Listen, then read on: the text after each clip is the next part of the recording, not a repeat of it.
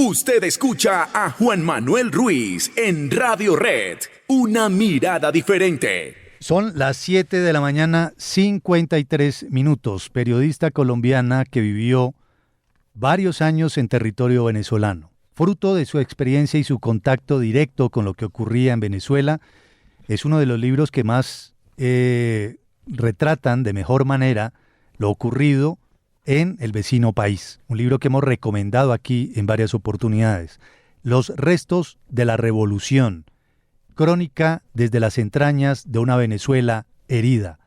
Su autora, Catalina Lobo Guerrero, está con nosotros a esta hora en Radio Red. Catalina, bienvenida. Gracias por su tiempo. ¿Cómo está? Hola, buenos días. Un poquito trasnochada porque pues los resultados se demoraron, entonces estábamos muy pendientes también de las reacciones y cómo la comunidad internacional iba a recibir pues estos resultados que transmitió el Consejo Nacional Electoral venezolano anoche, después de la medianoche, ¿no? Sí, como todos nosotros también trasnochados, siguiendo, quizás Sí. no hemos dormido más de 1 o 2 horas por todo lo ocurrido. Catalina, ¿le sorprende lo ocurrido? ¿Tenía usted alguna esperanza, alguna ilusión, como algunos, como muchos, de que podría darse una transición a través del voto, aún sabiendo que el Consejo Nacional Electoral está cooptado por el chavismo? ¿O simplemente todo salió como en el fondo creíamos que iba a salir?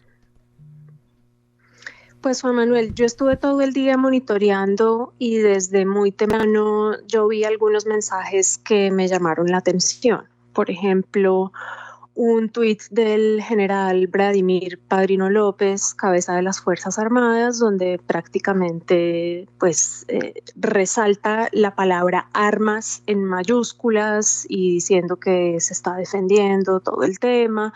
Luego él mismo transmite también, como desde su mismo tuit, una carta de amor a Chávez, donde siempre jura lealtad por siempre y nunca la traición a la patria. Entonces son mensajes también más bien partidistas y muy cuadrados siempre hacia el tema de defender la revolución. Nicolás Maduro y Diosdado Cabello, todos ellos también a lo largo del día, estuve permanentemente monitoreando. Nunca vi yo, digamos, como alguna posibilidad de que ellos fueran a reconocer una derrota electoral. Y mi interpretación del asunto es que ellos, por tener el chip revolucionario, llamémoslo de esa manera, pueden decir que van a elecciones, pueden hacer el parapeto de que van a una contienda justa, libre, democrática, y el discurso aguanta todo. Pero en realidad las posibilidades de que ellos entreguen el poder batiéndose en las urnas y que sea el voto popular el que defina esa situación, pues es muy poco probable. Catalina, vimos también a través de redes sociales mensajes de algunos funcionarios del gobierno colombiano exaltando el manejo de estas elecciones por parte del Consejo Nacional Electoral y diciendo que el sistema funcionaba muy bien. ¿Usted cree que es así, que el Consejo Nacional Electoral, digamos, fue imparcial en estas elecciones y que el sistema es mucho mejor que el sistema colombiano? Mira, esa es una discusión que yo vi de manera permanente también el día de ayer, gente diciendo que no se podía confiar en el sistema electoral, etcétera, y yo creo que hay que hacer una distinción. Una cosa es el sistema electoral como tal, es decir, las máquinas de votación, el mecanismo por el cual el votante venezolano accede con su huella, la máquina le permite entrar y luego seleccionar al candidato y luego eso vota unas actas. Si los venezolanos no creyeran que el sistema venezolano de votación no es confiable, no hubieran acudido a las urnas, como pasó en años anteriores, en donde hubo una altísima abstención, porque los venezolanos creían que sabían por quién iba a votar, que se iba a hacer fraude.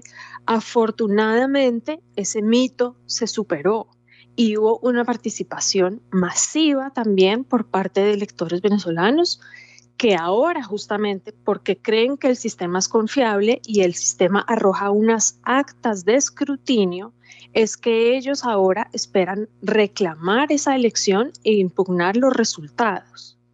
Ahora que el resultado final anunciado por el CNE es muy dudoso, eso ya es otra cosa. Pero decir todo el tiempo que es que el sistema electoral no es confiable, que es que por ahí se hace la trampa, yo creo que eso es erróneo. Ahora, el sistema ha sido auditado muchísimas veces, tanto por la misma oposición venezolana como por veedores internacionales. El sistema era confiable. Ahora que el CNE, que no es confiable, que como ustedes dicen, sí está, digamos, controlado por el chavismo. Elvis Amoroso es un militante del Partido Socialista Unido de Venezuela y anunció otros resultados que no se corresponden con lo que se conoce también de los exit polls conducidos por firmas diferentes y por las mismas actas de escrutinio que los testigos electorales del partido de oposición, la gente de la oposición, logró recibir de las mismas máquinas del sistema electoral.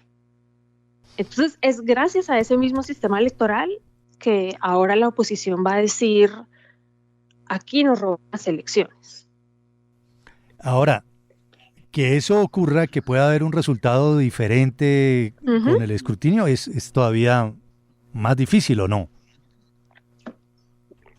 Pues yo tengo como muchas dudas de cómo es que pueden afirmar de esa manera que con el 80% de las actas escrutadas o de la información que tienen, entonces pues ya se puede decir que hay una tendencia irreversible y que entonces Nicolás Maduro es el ganador. O sea, yo estaba viendo recientemente, revisando la información que hasta el momento existe, digamos, pública, y hay un periodista venezolano que es experto en todo el tema electoral, que se llama Eugenio Martínez, y a menos hasta anoche, a las 2:30 de la mañana, los datos todavía no eran auditables, no son públicos. Entonces, la gran pregunta es, ¿los van a hacer públicos? ¿Van a ser auditables o no? ¿O es que simplemente es lo que yo digo y punto? Vamos a ver. Vamos a ver. Ahora, Catalina, usted escribió ese libro maravilloso que aquí hemos reseñado, Los restos de la revolución, crónica desde las entrañas de una Venezuela herida. Comienza otro tramo de chavismo-madurismo en Venezuela, 6 años de Maduro más en el poder. ¿Qué va a pasar con esos restos de la revolución? ¿Se van a recomponer, a realinderar, a reagrupar? ¿O comienza algo totalmente distinto, por ejemplo, un camino hacia Nicaragua y Cuba, es decir, algo todavía peor, aislados internacionalmente, sin importarles el aislamiento? ¿Qué cree usted, a la luz de su experiencia, que viene a partir de este momento con Maduro ratificado en el poder?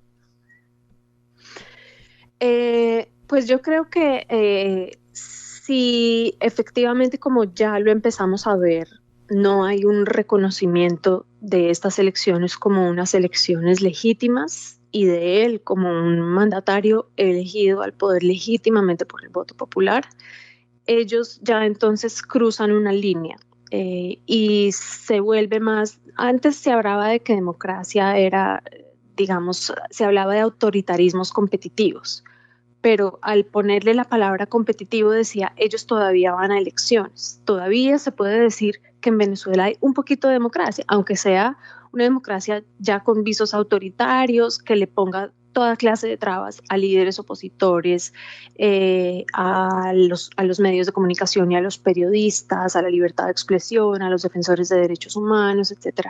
Ahora, ya habiendo cruzado una línea y habiendo hecho un fraude, como parece que es lo que sucedió anoche, pues entonces sí, yo creo que se puede hablar entonces ya de una dictadura con D mayúscula. Y eso significa entonces sí, ser otro gobierno paria, por llamarlo de alguna manera, en el continente, en la misma categoría de Nicaragua y Cuba. en donde básicamente sean elecciones entonces de partido único probablemente a futuro. Lo más preocupante de todo es también cuál va a ser entonces la reacción de millones de ciudadanos venezolanos. Salieron unas encuestas antes de las elecciones en donde muchísimos de ellos afirmaban que de no ganar la oposición venezolana, de no haber un cambio real de partido y de gobierno y una posibilidad de construir una democracia distinta, pues que ellos se iban a ir del país. Entonces, ya estamos hablando que hay un éxodo de más de 8 millones de venezolanos en otros países del mundo. 2 millones de ellos están aquí en Colombia, hay otros, se calcula que hay otros, no sé, 1,5 millones más en Perú, o sea, en países de la región, y que yo creo que van a ver con mucha preocupación también esta situación. Entonces, pues todo es muy incierto, pero para mí eso sí es la radicalización aún más de la autollamada revolución bolivariana. Bueno, 6 años en los que quizás se pueda diluir un poco la unidad en la oposición que se vio férrea o aparentemente férrea en este proceso. Muy difícil vaticinar lo que va a ocurrir, pero lo cierto, por lo pronto, es que en Venezuela Maduro seguirá 6 años más en el poder, podrá ser, como usted dice, una dictadura con D mayúscula, otro gobierno paria, pero hay muchos gobiernos parias en el mundo que siguen ahí, no les importa mucho el aislamiento, logran sobrevivir. Y lo que no sirve, que no estorbe, no les interesa tener a estos compatriotas suyos en su territorio, pues que se vayan para otros países y allá los cuiden, los alimenten, los arropen y que se queden los que se quieran quedar. Será quizás la reflexión del madurismo. Catalina, gracias, bienvenida siempre aquí a Radio Red. Gracias a ustedes. Feliz Un saludo día muy cordial para todos. Y que descanse, Catalina. Bueno, gracias. Gracias. Chao. Catalina Lobo Guerrero, autora de este libro, Los restos de la revolución, crónica desde las entrañas de una Venezuela herida y lo que puede pasar a partir de este momento en Venezuela. 8:05.